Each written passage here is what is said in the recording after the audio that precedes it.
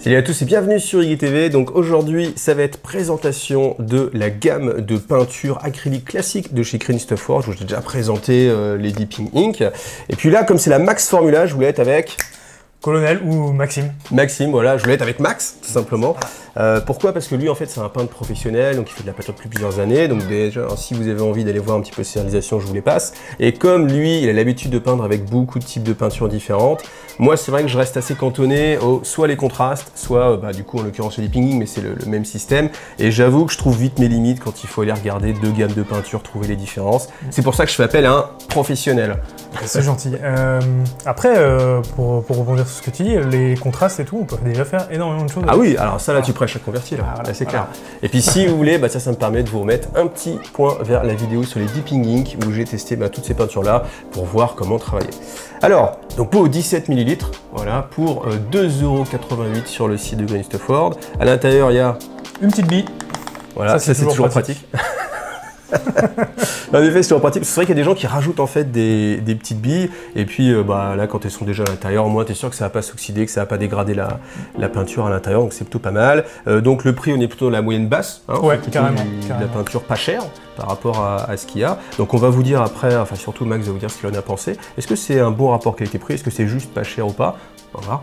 Mais en tout cas, on a déjà un conditionnement qui est agréable, hein, parce qu'hormis les Pau Games... Ouais. quand même vachement mieux. Donc, alors, qu'est-ce que tu as pensé déjà sur cette gamme de peinture? Globalement, très bonne. Si on veut aller par rapport au rapport qualité-prix. C'est la conclusion tout de suite, faut que tu les fasses, faut que tu les amorces les mecs un petit peu là, tu vois, faut pas que tu leur dises tout de suite la conclusion. Là.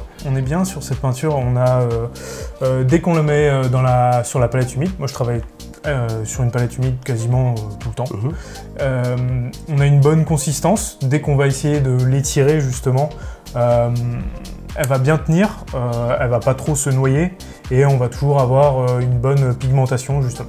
C'est vrai que moi je vois à chaque fois les gars ils font des tests comme ça. Alors j'avoue que honnêtement c'est là où justement il y a mes limites, c'est pour ça que j'ai fait appel à toi. C'est que souvent quand je vois des tests de peinture, les mecs à chaque fois vous étalez la peinture comme ça, mais je me dis mais en fait tu regardes quoi hormis que la peinture c'est les mecs qui fait son trait. Est-ce que tu te dis un peu qu'est-ce que tu dois voir qui serait négatif et qui serait au contraire positif quand tu fais ton truc d'étalement du trait là? On va voir jusqu'à où on peut l'étirer et jusqu'à à quel moment justement elle va être trop noyée.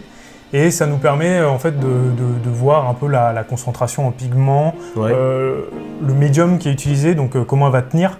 Si les pigments se séparent, on voit des fois que les pigments se séparent trop rapidement, voilà.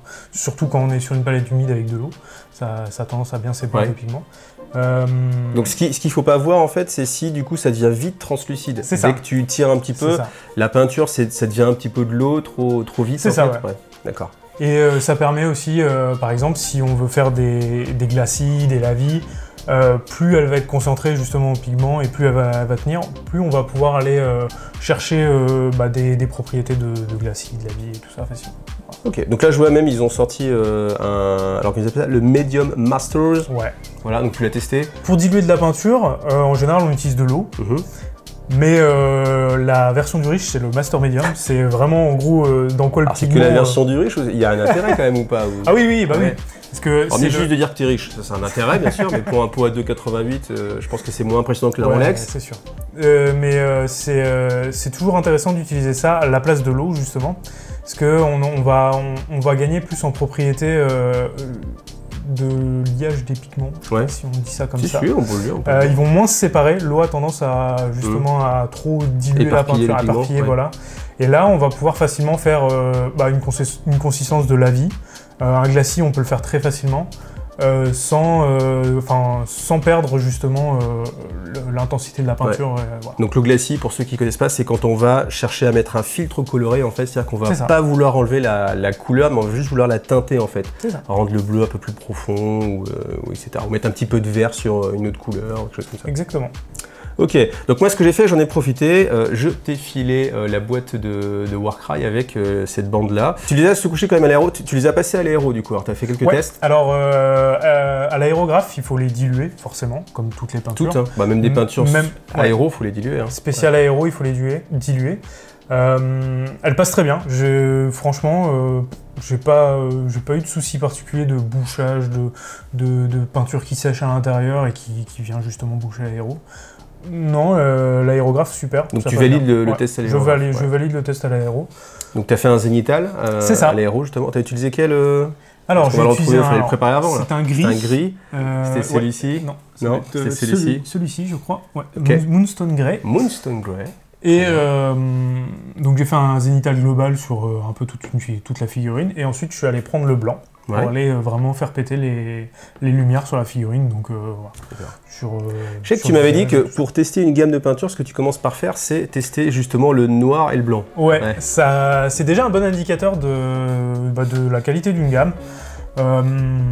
Verdict. Verdict, j'ai beaucoup aimé le blanc. Par contre, le noir, j'ai un peu moins aimé. Au niveau justement de l'intensité du pigment, enfin la concentration en pigment est un peu moins couvrant, voilà. Ok, donc le blanc à fond, le noir... ouais, un peu moins. Un peu moins, ok. Donc après, au niveau de la couvrance de la peinture, tout ça, nickel, tu me disais? Ouais, alors justement, il y en a certaines qui sont super. Celle-là, la Redwood Brown. C'est celle qu'on voit en vidéo, là? C'est ça, fait une petite exactement. Vidéo. Il y en a beaucoup qui sont dans ce genre-là, donc très facile à appliquer. Et puis en une couche, on a déjà une bonne couche de peinture la peinture ressort très bien.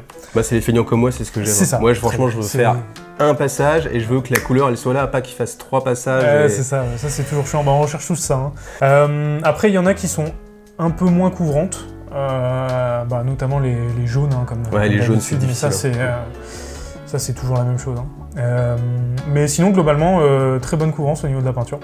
Pas besoin de passer 2-3 couches. Donc là, les couleurs que tu as préférées, tu nous as fait une petite sélection de celles que tu as préférées. Alors c'est quoi? C'est parce que vraiment, techniquement, tu les trouves vraiment bien? Ou c'est parce que c'est des teintes qui sont plus originales? Ou ça dépend? Alors, techniquement, globalement, elles sont tous identiques, sauf certaines qui couvrent un peu moins, comme je l'ai dit avant. Là, ça va être surtout au niveau des teintes.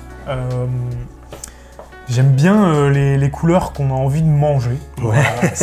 Qui donne envie en fait. Toi, t'as pris banane, moutarde. C'est ça. Là, il y en a une, c'est sangria red. Voilà, formidable. Voilà, de la sangria, voilà. Et puis d'autres, ça fait penser plus à du chocolat. Je sais pas. Redwood Brown, ok. Voilà, un peu des teintes comme ça. Et ensuite, techniquement, il y a des couleurs comme le Banana Split qui sont des couleurs assez pastel, le jaune, et qui sont très sympas pour aller éclaircir les visages, les parties métalliques justement, les petits bouts. Oui, c'est ce qu'on a vu sur les figurines, on le voit hein, dans le jade là, ce qu'on va appeler du jade. On sent qu'il y a cette teinte là de banana, et même dans l'armure on le retrouve ici. Hein. Ouais, et justement ces couleurs un peu pastel claires sont très bien pour ça. Ah si, une autre couleur que j'ai oubliée, que j'ai bien aimée, c'est la Lollipop Magenta. Alors moi je suis un grand fan des couleurs magenta, peut-être pour ça aussi que j'ai choisi la Sangria Red. On a un beau magenta qui pète bien, on le voit notamment un peu, je l'ai utilisé un peu sur le petit perroquet. Ouais. C'est ce que tu as mis ici au bout là. Ouais, c'est ça, ouais. On a un beau rose enfin on peut obtenir un beau rose avec ça. Et j'aime bien quand il y a un beau magenta. Ouais, t'as mis pas mal de couleurs différentes, donc c'est bien. Là, le but, c'était vraiment de tester un peu toutes les couleurs pétantes de la gamme. Donc les jaunes, les rouges, les bleus, le turquoise. Alors là, on n'a pas toute la gamme, hein, parce que c'est vrai que, vous voyez, quand on l'étale ici, on n'a pas beaucoup de bleu. C'est parce que j'ai eu que quelques exemples. Enfin, déjà, j'ai eu une quarantaine de pots de peinture, donc merci beaucoup Green Stuff World. Hein. Cette vidéo, elle est bien sûr faite en partenariat avec Green Stuff World. Mais dans la gamme, vous avez beaucoup plus de couleurs. Après, voilà, on a beaucoup plus de choix dans les marrons, les gris, dans ce qu'on a eu là. C'est vrai. Puis t'as de la chance maintenant parce qu'il y a eu pas mal de rouges en fait. Hein. T'as eu ton magenta, là, ton rose, il y a des rouges là-bas. Ouais, j'étais un peu plus à la diète sur les bleus. Ouais. Voilà, les bleus, vert aussi, mais vert on peut se débrouiller encore. Mais le bleu c'est dommage, j'ai pas eu beaucoup. Alors tout à l'heure je te disais justement, on a un bon prix, ça on est sûr, parce qu'on est sur quasi, c'est pas les moins chers, mais c'est sur une gamme en tout cas pour les joueurs de figurines, quasiment dans les gammes les moins chères. Alors est-ce que c'est un bon rapport qualité-prix ou pas pour toi? Eh bien pour moi, ouais, c'est un très bon rapport qualité-prix. Tu valides? Je valide. J'ai utilisé beaucoup de la Valero Prince Auguste. Valero Prince Auguste, hein, c'est la même chose. Je préfère celle-là. Et on est un peu moins cher, je crois. Valero est un peu au-dessus. Un petit peu moins cher, ouais, je ne plus les prendre en tête, mais on regardera, je vous mettrai un tableau. Et j'ai préféré cette gamme. Donc pour moi, on est un peu mieux en rapport qualité-prix. Et je regarde par rapport à du Games, parce qu'on va parler par rapport à Games, hein, en général tout le monde utilise du Games. Alors au niveau qualité, je pense que Games est quand même un peu au-dessus. Mais après, gros carton rouge pour eux à chaque fois, c'est le conditionnement. Ouais, le conditionnement avec Voilà. les pots, c'est vrai Et que ça le séchait, tarif. ça. Le Ouais. tarif. On est sur un rapport qualité-prix qui est pas terrible du coup. Ouais. Donc, Très bonne qualité, mais trop cher. donc tu dirais peut-être la différence de prix en fait est vraiment pas justifiée Ouais, c'est par ça. rapport à la différence de qualité C'est que ça. j'ai. Sachant que après, est-ce que quelqu'un comme moi, tu vois, qui est un peu moins expérimenté, je vais vraiment sentir une différence entre Valero, tu vois, parce que toi, je vois que tu arrives bien à les classer. Ouais. Moi, je suis pas sûr, tu vois. Alors, j'utilise pas mal de la Valero Prince Auguste aussi. Tu sais, les classer, c'est un peu difficile, je trouve. Hein. Alors oui, après c'est beaucoup ressenti, à Ouais. force de les utiliser, d'en utiliser des différentes et tout ça.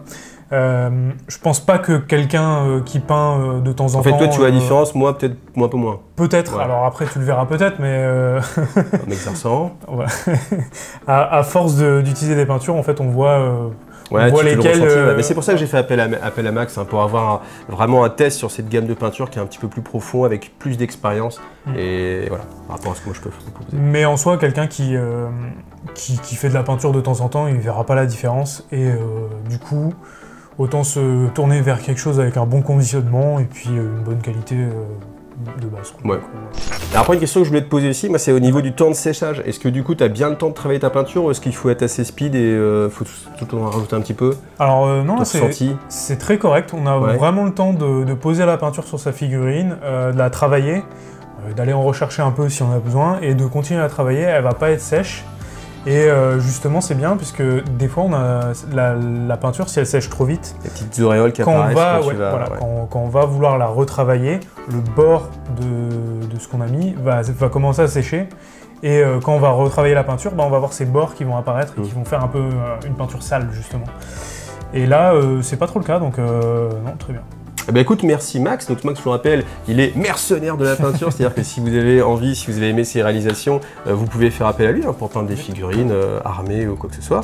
Merci bien sûr à Green Stuff World. Et puis moi, vous savez, hein, je fais des lives toujours dans lesquels je peins. Donc vous m'avez vu utiliser les Dipping Ink, voilà.